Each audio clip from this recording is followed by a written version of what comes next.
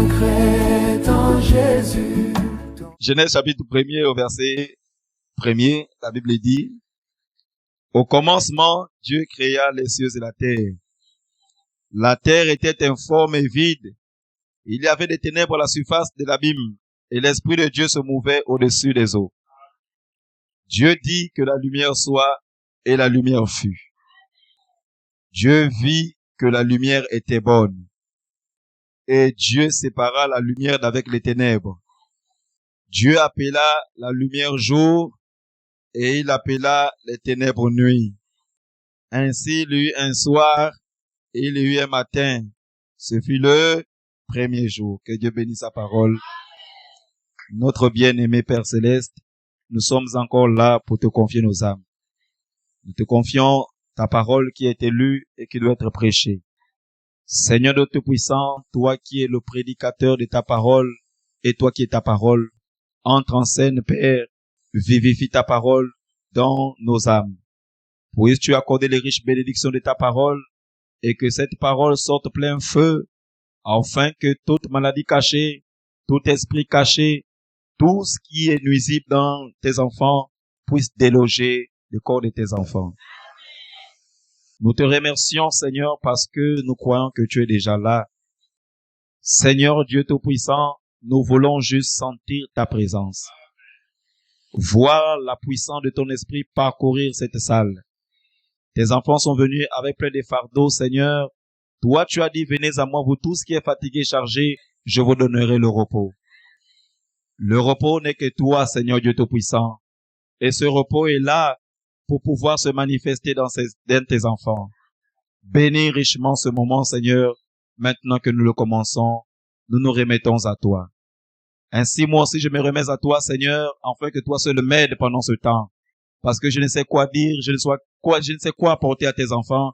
Mais toi qui as préparé des grandes choses, puisses-tu les déverser au nom de Jésus-Christ, ton Fils. Nous t'avons prié. Amen. Que le Seigneur vous bénisse.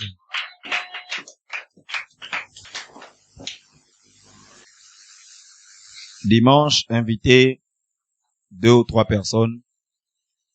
Dimanche, ceux qui ont la possibilité de venir aussi avec leur famille, venez. C'est important.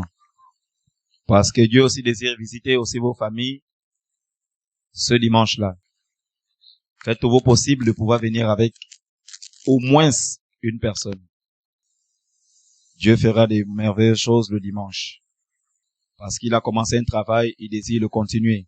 Il désire pas non seulement, il ne désire pas se limiter à nous, mais entrer dans les familles. Parce qu'il y a beaucoup de personnes qui vivent beaucoup de situations de nos familles et qui doivent aussi en bénéficier. Donc dimanche, faisons tout pour venir avec quelqu'un de plus ou avec nos familles. Alors, je continue sur le même sujet du jeudi. Qui se rappelle du sujet du jeudi? Ah, ça. Le renoncement aux œuvres mortes. Renonçons aux œuvres mortes. Au commencement, Dieu créa les cieux et la terre. La Bible dit au verset 2, j'aimerais commencer précisément par le verset 2. L'Écriture dit, la terre était informe et vide. Amen. Il y avait des ténèbres à la surface de l'abîme. C'était les ténèbres qui régnaient à la surface de l'abîme. Il n'y avait rien, il n'y avait pas de lumière, et il n'y avait rien, c'était les ténèbres. La Bible dit, et l'Esprit de Dieu se mouvait au-dessus des eaux. Il y avait les eaux, et au-dessus des eaux, il y avait les ténèbres. Mais, hormis ces ténèbres, l'Esprit de Dieu était en train de se mouvoir. Il planait au-dessus des eaux. Il planait au milieu des ténèbres. Dieu n'avait encore rien dit. Voici pourquoi l'Esprit de Dieu ne pouvait encore rien faire. L'Esprit de Dieu agit sur la base de la parole de Dieu. Dieu n'avait encore rien proclamé. L'Esprit de Dieu se mouvait au-dessus des eaux. Dieu voulait qu'il puisse y avoir quelque chose qui puisse être créé. Mais il y a eu un temps où l'Esprit de Dieu se mouvait et il ne faisait rien. Il y a eu un temps où les ténèbres aussi se réjouissaient, Malgré que les ténèbres voyaient l'Esprit de Dieu, les ténèbres aussi n'avaient pas peur. Les ténèbres voyaient l'Esprit de Dieu se mouvoir. Mais il fallait que l'Esprit de Dieu puisse recevoir quelque chose d'un ordre du Seigneur pour commencer à faire quelque chose. Mais les ténèbres ont pris certainement un long temps, ont régné au-dessus des eaux. Les eaux regardaient les ténèbres et les ténèbres regardaient les eaux. Les ténèbres se croyaient maîtres et régnaient. L'Esprit de Dieu était là, il regardait aussi la force des ténèbres. Mais l'Esprit de Dieu avait quelque chose aussi à faire dans ce chaos-là. Mais il attendait son temps, parce qu'il agit toujours en son temps. Le temps de Dieu est toujours le meilleur. Le temps de Dieu n'est jamais notre temps. Si Dieu a dit qu'il doit faire quelque chose à 15 heures, 14h59, ce n'est pas 15 heures pile. Et 15h01, ce n'est pas 15 heures pile. Il n'agit pas en retard. Il n'agit jamais en retard. Il agit toujours à son heure pile. Dieu était patient. Il a patienté. Il patientait. Il voyait toute la rigolade des ténèbres. Et l'Esprit de Dieu aussi passait au milieu de cette rigolade des ténèbres. Dieu ne dit rien. La Bible dit, au verset 3, maintenant Dieu a commencé à parler. La Bible dit, Dieu dit. Donc Dieu parla. Amen. Dieu dit que la lumière soit. Parce que Dieu ne voulait pas que les ténèbres puissent régner. Et la Bible dit que les ténèbres ne régneront point à toujours. Dieu a vu les ténèbres. Et lui, il voulait maintenant manifester la lumière. Nous savons une chose, que si on arrête tout ça là, quand la nuit va tomber, si on arrête tout ça, il va faire sombre ici, noir, n'est-ce pas? Si on allume rien qu'une seule lumière ici là, ça va chasser les ténèbres. La Bible dit que la lumière soit et la lumière fut. Quand Dieu prononça la parole, la chose est arrivée à l'existence. Rien ne peut arriver à l'existence tant que Dieu n'a pas parlé. Et Dieu fait toutes choses par son esprit. Son esprit suit la parole. Voici pourquoi le Saint-Esprit ne peut rien faire aussi longtemps que la parole n'a pas été proclamée. L'Écriture dit dans Marc 16, voici les miracles qui accompagneront ceux qui auront cru. Ils auront cru à quoi? À la parole. Donc il faut d'abord que la parole soit proclamée. Après que la parole ait été proclamée, le Saint-Esprit se charge maintenant de pouvoir confirmer ce que la parole de Dieu a dit. Amen. Si Jésus a dit, après que les gens prêcheront la parole, quand ils prêcheront la parole, des choses doivent les suivre. Tout cela, c'est par quoi? Par le Saint-Esprit. S'il proclame la parole, le Saint-Esprit n'est pas là, aucune chose ne peut être faite. Aucun malade ne peut être guéri, aucun démon ne peut se soumettre de pouvoir sortir parce que le Saint-Esprit ne serait pas là. Donc il faut que le Saint-Esprit soit en scène pour pouvoir amener à l'existence la parole qui était proclamée. La Bible continue de dire, Dieu vit que la lumière était bonne. Dieu a vu que la lumière est bonne. La Bible n'a pas dit que Dieu a vu que les ténèbres étaient bonnes. Les ténèbres aux yeux de Dieu ne sont pas de bonnes choses. Et nous connaissons tout ce que renferment les ténèbres. Tout ce que renferment les ténèbres, c'est le mal. Et Dieu n'aime pas les ténèbres. Dieu marche dans la lumière et il veut que ses enfants marchent dans la lumière. La Bible dit, Dieu vit que la lumière était bonne. Alors, et Dieu sépara la lumière d'avec les ténèbres. Il a mis une séparation radicale et totale. Parce que la lumière ne peut pas cohabiter avec les ténèbres. Quand un croyant marche dans les ténèbres, quand il reçoit la parole, la lumière de la parole doit maintenant l'éclairer. Et les œuvres et les choses des ténèbres doivent disparaître. Les démons aiment les ténèbres, ils n'aiment pas la lumière. Le péché aime les ténèbres, n'aime pas la lumière. Voici pourquoi quand quelqu'un pêche, il aime se faire cacher d'abord. Il se cache pour faire être à l'aise dans son péché. Parce qu'il n'aime pas la lumière. La parole est la lumière. Un enfant de Dieu est censé être habité dans la lumière et que la lumière habite en lui. Et Dieu aime la lumière. Dieu aime la parole, il aime la justice. Quand il est présent, c'est que la lumière est là. Et quand la lumière est là, les ténèbres doivent partir. Et la lumière est là. Jésus-Christ est présent. Et plus qu'il est présent, les ténèbres sont appelées à pouvoir partir. Le mal est appelé à disparaître de nous. Le péché est appelé à disparaître de nous. Les œuvres des ténèbres sont appelées à disparaître de nos vies. Les démons sont censés disparaître et chasser de nos vies. Amen. Dieu vit que la lumière était bonne et Dieu sépara la lumière d'avec les ténèbres. Dieu appela lumière jour et il appela les ténèbres nuit. Ainsi il y eut un soir et il y eut un matin. Il y a eu le temps des ténèbres et le temps de la lumière. Il y a aussi le temps où les œuvres des ténèbres se manifestent.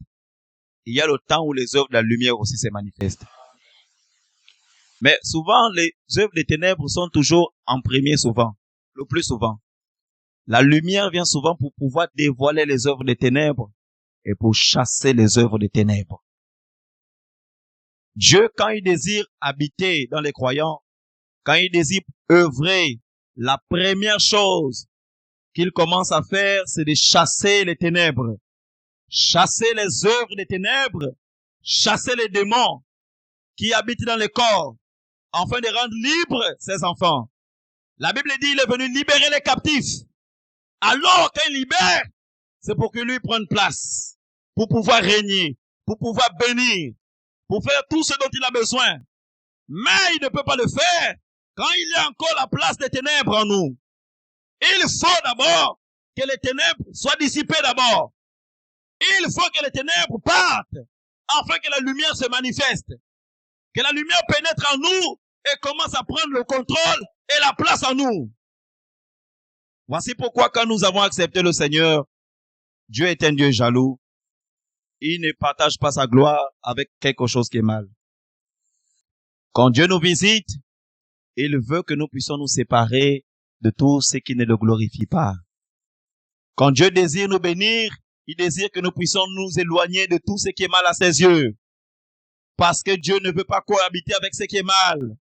Dieu ne désire pas cohabiter en nous avec des choses contraires à sa parole. Voici pourquoi il existe toujours une séparation. Un renoncement aux choses mauvaises. Un renoncement au monde. Un renoncement aux choses des ténèbres.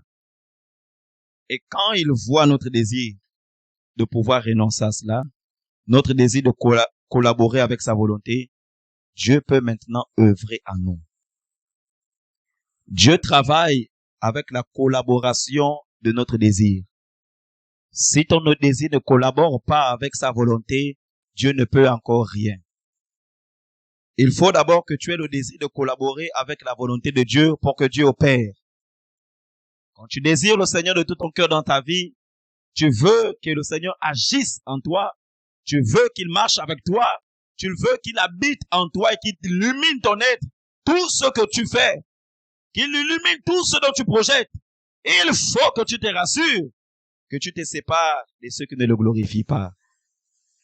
Et là, tu rends Dieu propriétaire de pouvoir entrer en scène et prendre le contrôle. Lui, il est un Dieu jaloux. Il désire entrer en nous. Il désire prendre le contrôle du corps, l'âme et l'esprit.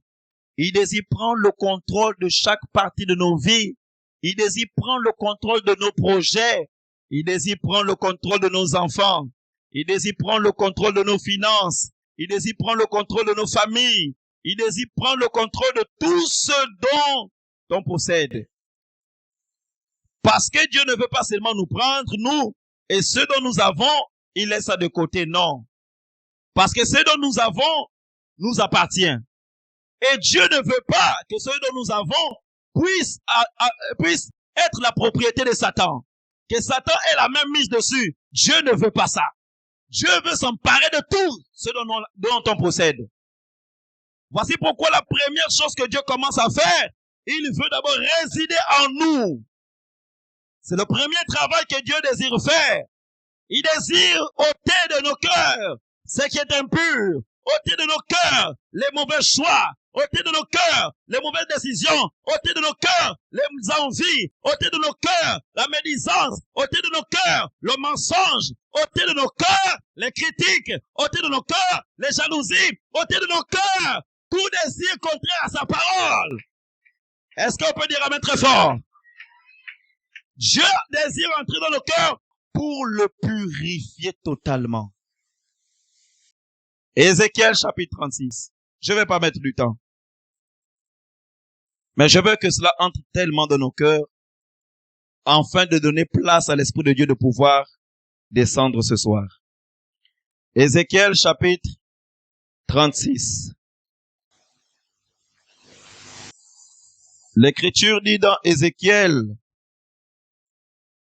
chapitre 36 à partir du verset 24.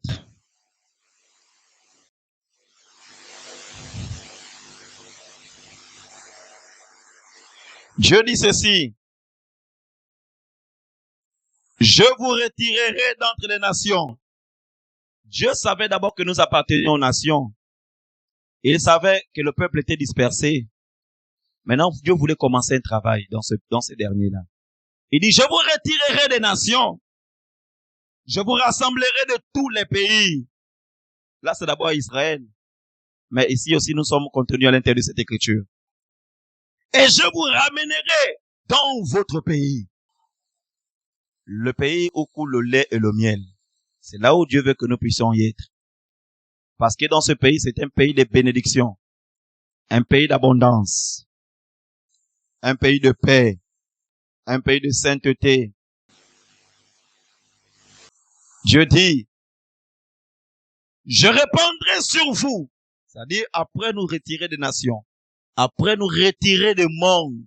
Après nous retirer des souillures du monde. Quand il nous amène maintenant vers lui, la Bible montre que Dieu désire commencer un travail en nous. C'est comme un objet qu'on achète au marché. Je ne sais pas, un habit ou quoi que ce soit. Quand on le achète au marché, il est plein de poussière, plein de saleté certainement. Mais nous, on le veut, ça nous plaît. Quand on le prend, le propriétaire qui l'a acheté, quand il va chez lui, il ne va pas commencer à porter l'habit. Il va commencer par laver l'habit de toute la saleté. Parce qu'il désire porter cet habit-là. Pour que cet habit-là soit présentable sur lui. Alors Dieu dit, je répandrai sur vous une eau pure. Il commence à faire le travail de nettoyage. Je répands mon eau pour pouvoir laver. Et vous serez purifiés. Maintenant, Dieu veut qu'il y ait la purification. Après la purification, il dit, je vous purifierai de toutes vos souillures et de toutes vos idoles. Parce que Dieu sait que quand nous étions dans le monde, nous avions des idoles, nous marchons selon nos plaisirs, selon les vanités de nos pensées, selon les choses du monde, selon nos propres plaisirs et désirs. Dieu nous a vus vautrer dans ces choses. Maintenant, Dieu nous a appelés par sa parole telle que nous étions. Et là, il dit qu'il veut faire un travail avec nous pour nous vider complètement de ces souillures du monde. Nous purifier par l'eau de la parole de Dieu. Nous rendre totalement purs à ses yeux. Quand il nous purifie, c'est parce qu'il veut commencer un travail en nous. Donc, il commence à préparer le terrain. Comme Jérémie chapitre 4 a dit le mardi, défrichez-vous un champ nouveau. Et il continue de dire, je vous purifierai de toutes vos souillures et de toutes vos idoles. Au verset 26. Je vous donnerai un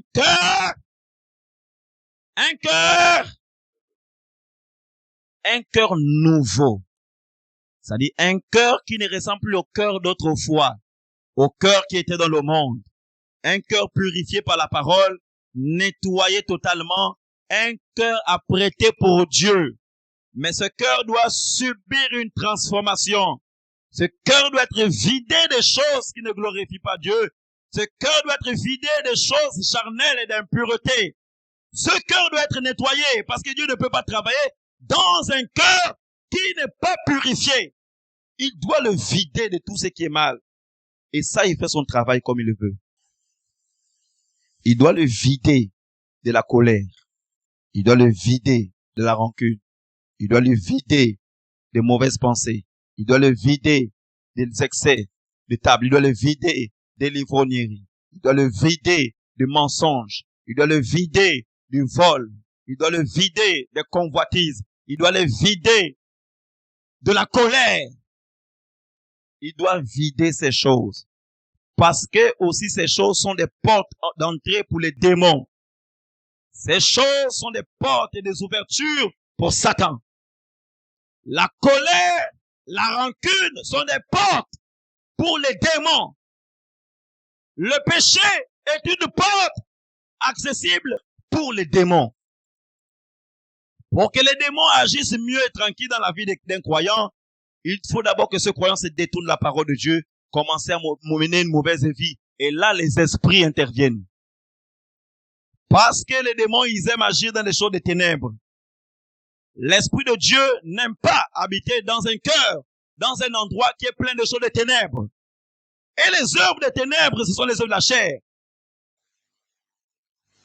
Dieu dit, il veut d'abord purifier le cœur de toutes ces choses. Il veut le nettoyer complètement, débarrasser le cœur de toutes ces impuretés. Chasser tous ces esprits. Parce que le péché maintient les démons dans la vie de quelqu'un. Empêche à l'Esprit de Dieu de pouvoir œuvrer. Le Saint-Esprit n'agit pas dans les cœurs qui ont cela. Voici pourquoi le croyant, quand il désire voir la main de Dieu, il doit premièrement se repentir de tous ses péchés. Il doit s'abandonner à Dieu, demander pardon à Dieu et que Dieu purifie son cœur, que son cœur soit honnête et sincère, afin que Dieu, envoyant la sincérité de son cœur, puisse commencer le travail. Et c'est là où la véritable conversion se passe. Il n'y a pas de conversion sans ce travail-là, sans cette honnêteté, sans cette décision, sans ce désir pour que la parole travaille à l'intérieur. Ce qui fait qu'on peut avoir des personnes qui ont cru aujourd'hui, 5 ans ou 10 ans après, on ne se rend pas compte que ces personnes avaient cru au préalable à la parole. Parce qu'il n'y a pas de croissance de la foi. Parce qu'il n'y a pas d'expérience, il n'y a jamais eu de changement. Parce que la parole n'est pas entrée dans le cœur profondément. Dieu veut une profondeur. C'est-à-dire, quand il vient dans le cœur, il veut d'abord nettoyer, entrer profond jusqu'à la racine du cœur. Toucher la racine du cœur, briser ce qui est enraciné dans ce cœur-là de mal et arracher cela. Et là, Dieu peut maintenant habiter à l'intérieur, se sentir maître, propriétaire. Là, il te conduit. Le désir des choses du monde disparaît obligatoirement. Le désir de déplaire à Dieu disparaît obligatoirement. L'amour de Dieu paraît dans le cœur. L'amour de Dieu paraît dans le cœur. La crainte de Dieu se manifeste dans le cœur. Ce qui fait qu'à partir de cet instant, il y a une marche qui commence avec Dieu, une croissance qui commence avec Dieu. Parce que Dieu a commencé à bâtir quelque chose dans le cœur de cette personne. L'Écriture continue de dire, je vous donnerai un cœur nouveau et je mettrai en vous un esprit nouveau. Donc, quand il donne le cœur nouveau, il met maintenant un esprit nouveau. Il fait en sorte que notre esprit soit nouveau. Notre esprit soit nouveau. Le renouvellement de notre intelligence. La personne qui aimait les choses mauvaises du monde, il a déjà d'autres désirs à l'intérieur de lui. Il a d'autres pensées maintenant qui l'animent, les pensées de Dieu, les pensées de la parole. Les choses qui étaient antérieures n'animent plus son cœur. Pourquoi? Un travail vient d'être commencé à être fait. Alors, il dit, il donnerait un esprit nouveau J'ôterai de votre corps le cœur de pierre et je vous donnerai un cœur de chair. Je mettrai mon esprit en vous. Là, il vient habiter par son esprit. Et je ferai en sorte que vous suiviez. Quand le Saint-Esprit est déjà à l'intérieur, c'est lui maintenant qui nous donne l'amour de la parole. Le désir de venir au culte, le désir de se soumettre à la volonté de Dieu. Parce qu'un autre être réside déjà à l'intérieur de nous. Donc Dieu lui-même s'occupe maintenant de nous conduire. Ta vie à partir de cet instant ne t'appartient plus. Tu ne t'appartiens plus. En temps normal, les décisions que tu es censé prendre, ça doit être selon la volonté de la parole de Dieu. Là, ta vie appartient à Dieu, tu marches avec Dieu. Parce qu'un autre être est maintenant dans ton cœur. Il est propriétaire dans la maison, il règne maintenant. Alors qu'aucun étranger ne peut encore venir à l'intérieur et habiter avec lui. Il réside en maître. Il termine à dire,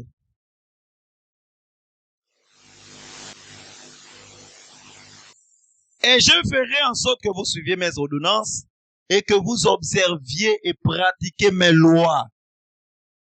À partir de ce travail-là maintenant, il dit, vous habiterez le pays que j'ai donné à vos pères. En d'autres termes, vous serez des bénédictions que j'ai souhaité vous accorder parce qu'il a déjà fait son travail. Il demeure et les bénédictions peuvent pleuvoir. Amen.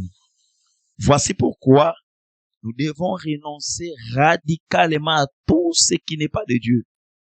Renoncer aux choses mauvaises. Renoncer aux choses du monde. Renoncer aux choses des ténèbres. Renoncer à tout. Notre volonté, notre désir doit être dans le but de pouvoir renoncer, abandonner toute chose qui n'est pas de la parole. Pour laisser la place à Dieu d'entrer. Pour laisser Dieu faire son travail et de pénétrer dans les racines de nos cœurs.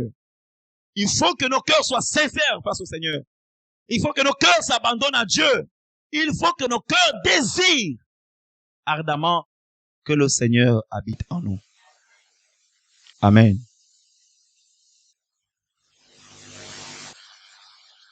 Et si nous avons ce désir de tous nos cœurs, le Seigneur manifestera sa gloire dans nos vies. Que Dieu bénisse richement sa parole. Voici pourquoi, à l'égard de cela, je désire que ce soir, tu sois concentré dans la prière, que tu sois abandonné à Dieu, que tu ouvres ton cœur véritablement à Dieu, que tu désires à ce que le Seigneur fasse place. Quand toi, il a le désir d'abandonner ce qui est mal, que tu puisses avoir la haine des choses de ce monde. Que tu dises à Dieu ce soir, Seigneur, je te veux sincèrement, de tout mon cœur.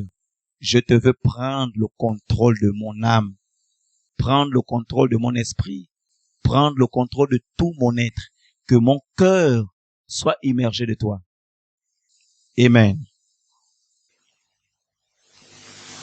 Je désire que chacun soit concentré, parce que pendant que je prêche, les esprits aussi commencent à pouvoir travailler. Pour empêcher aux gens de pouvoir écouter véritablement ce qui est en train d'être dit. Pour les distraire, c'est-à-dire amener leurs pensées ailleurs.